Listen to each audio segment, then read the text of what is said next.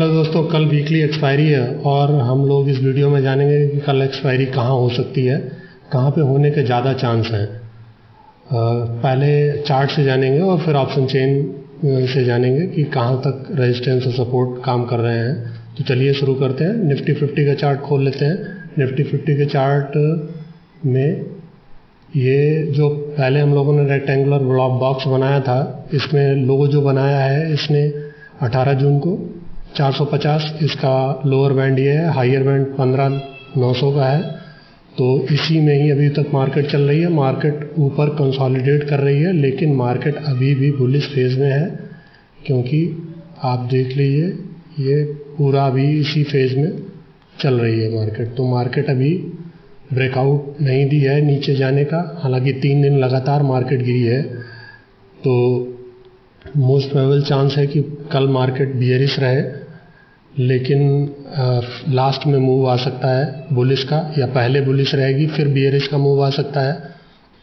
अब अगर हम देखते हैं इसके, ये वनडे चार्ट हो गया। 30 मिनट का अगर चार्ट हम लोग देखते हैं तो इसमें हम लोगों को सपोर्ट मिलते हैं। एक तो ये सपोर्ट हम लोगों का है 15,700 का, और दूसरा सपोर्ट 15,600 का है, 15,670 का बन रहा है, और इसके बाद ये सपोर्ट है।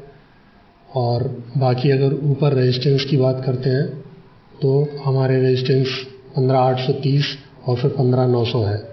और ऐसे ही अगर बैंक निफ्टी में बात करते हैं तो बैंक निफ्टी में भी मार्केट 30 मिनट के चार्ट में भी बुलिश फेज में है।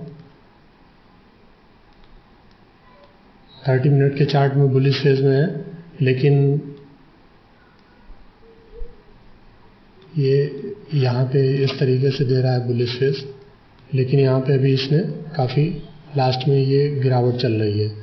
तो मार्केट बीएस धीरे धीरे होने के चांस बढ़ रहे हैं। और अगर इसका वनडे का चार्ट देखते हैं तो वनडे के चार्ट में इसने ये 3 कैंडल अगर आप देखते हैं, इन 3 की 23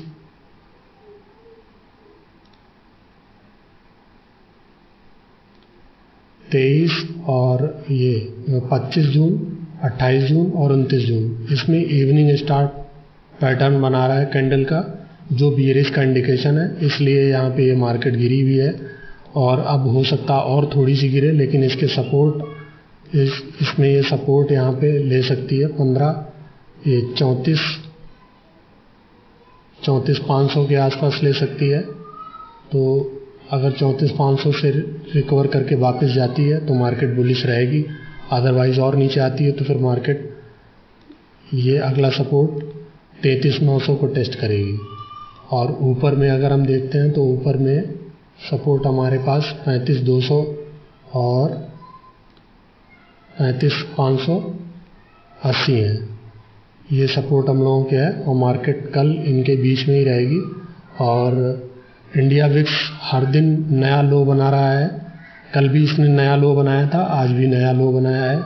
और जब भी ये नया लो बनाती है तो उस दिन लास्ट में मार्केट, अगर शुरुआत में नया लो बना देती है तो लास्ट में मार्केट गिरावट में आती है और विक्स को बैलेंस करती है। तो जैसा पिछले 2 दिनों से हो रहा है, मोस्ट प्रोबेबल हो सकता है कि कल भी ऐसा ही हो।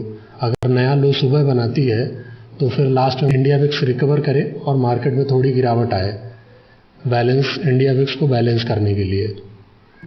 हम अगर ऑप्शन चेन में देखते हैं, ऑप्शन चेन में अगर बैंक निफ्टी की ऑप्शन चेन स्क्रीन पे है, बैंक निफ्टी की ऑप्शन चेन में हम लोग देख रहे हैं कि सबसे ज़्यादा राइटिंग कॉल में ही है। 93,000 के कॉन्ट्रैक्ट यहाँ पे बने हुए हैं 35,000 पे, और 35,000 पे ही पुट के भी कॉन्ट्रैक्ट बने हुए हैं 58,000।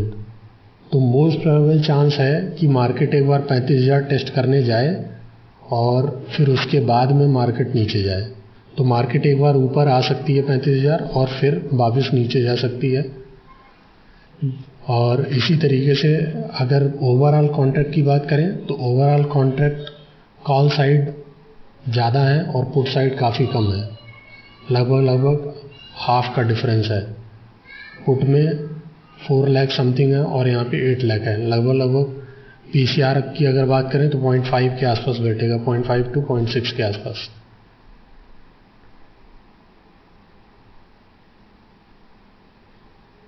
और ऐसे ही अगर हम ये देखते हैं, यहाँ पे पुट में सबसे ज़्यादा राइटिंग 35,000 पे ही है, जबकि वो इन द मनी है, तो मोस्ट प्रोबेबल चांस है कि मार्केट ऊपर जा सकती है। इसी तरीके से अगर हम लोग निफ्टी की चेन को एनालाइज करते हैं तो निफ्टी की चेन में हम लोग देख पा रहे हैं कि इसमें भी कॉल में राइटिंग सबसे ज़्यादा है, 15,900 पे सबसे ज़्यादा ऑप्शन कॉन्ट्रैक्ट की राइटिंग है। और पुट में अगर देखा जाए तो पुट में इन द मनी में 15,800 पे राइटिंग है, तो मोस्ट प्रोबेबल चांस है कि मार्केट एक बार 15,800 टेस्ट करने के लिए ऊपर आ सकती है और फिर उसके बाद मार्केट या तो नीचे जाएगी। 15,800 पे भी अगर क्लोजिंग बेसिस पे कॉन्ट्रैक्ट देखते हैं, क्लोजिंग बेसिस पे, तो 15,800 पे भी कॉन्ट्रैक्ट 74,000 है और 15,850 पे 54,000 है कॉन्ट्रैक्ट। तो इतने कॉन्ट्रैक्ट कॉल साइड हैं, तो मोस्ट प्रोबेबल चांस है कि कल मार्केट बियरिश रहेगी, लेकिन एक बार 15,800 भी जा सकती है, या फिर हो सकता मार्केट साइडवेज बियरिश कह सकते हैं, मार्केट रह सकती है साइडवेज और बियरिश।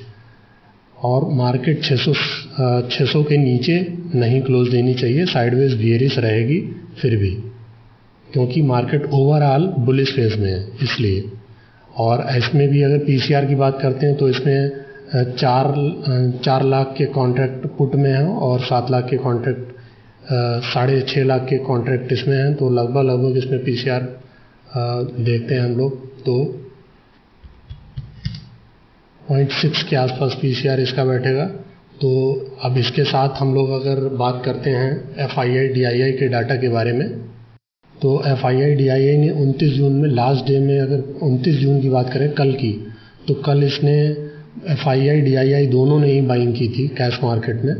और इंडेक्स ऑप्शन और इंडेक्स फ्यूचर में देखते हैं तो इंडेक्स फ्यूचर में 13,000 करोड़ की सेलिंग है और 4,000 करोड़ की इंडेक्स ऑप्शन की बाइंग है। अगर आज के एफआईआई डीआईआई डाटा के बारे में बात करें तो आज का एफआईआई डीआईआई का डाटा, एफआईआई ने 1646 करोड़ की सेलिंग की है और डीआईआई ने 1520 करोड़ की बाइंग की है। नेट अगर बात करें तो 126 करोड़ की सेलिंग हुई है। अब अगर रेजिस्टेंस सपोर्ट की बात करते हैं तो निफ्टी 50 में रेजिस्टेंस सपोर्ट हम लोगों के हो सकते हैं, रेजिस्टेंस हो सकता है 15,850 का और 15,900 का रेजिस्टेंस हो सकता है। फिर उसके बाद सपोर्ट की अगर बात करें 15,730 पहला सपोर्ट रहेगा और उसके बाद 15,670, फिर उसके बाद 15,570, फिर 15,500। इसी तरीके से अगर बैंक निफ्टी के सपोर्ट रेजिस्टेंस सपोर्ट की बात करते हैं तो रेजिस्टेंस 35,200 हो सकता है, फिर 35,580, फिर 35,800 हो सकते हैं। ऐसे ही सपोर्ट 34,500 हो सकता है और 33,900 हो सकता है और उसके बाद 33,400 अगला सपोर्ट होगा। मोस्ट प्रोबेबल मार्केट, मुझे अभी भी लगता है, जैसा ग्राफ और इन सब चीज़ों को देखते हुए मुझे लगता है कि मार्केट 600 के ऊपर और 750, 760 के बीच में क्लोज देगी। जो नया अगर हम ट्रेंड बात करते हैं तो ये कल फॉलो करेगा, जहाँ तक मुझे लगता है।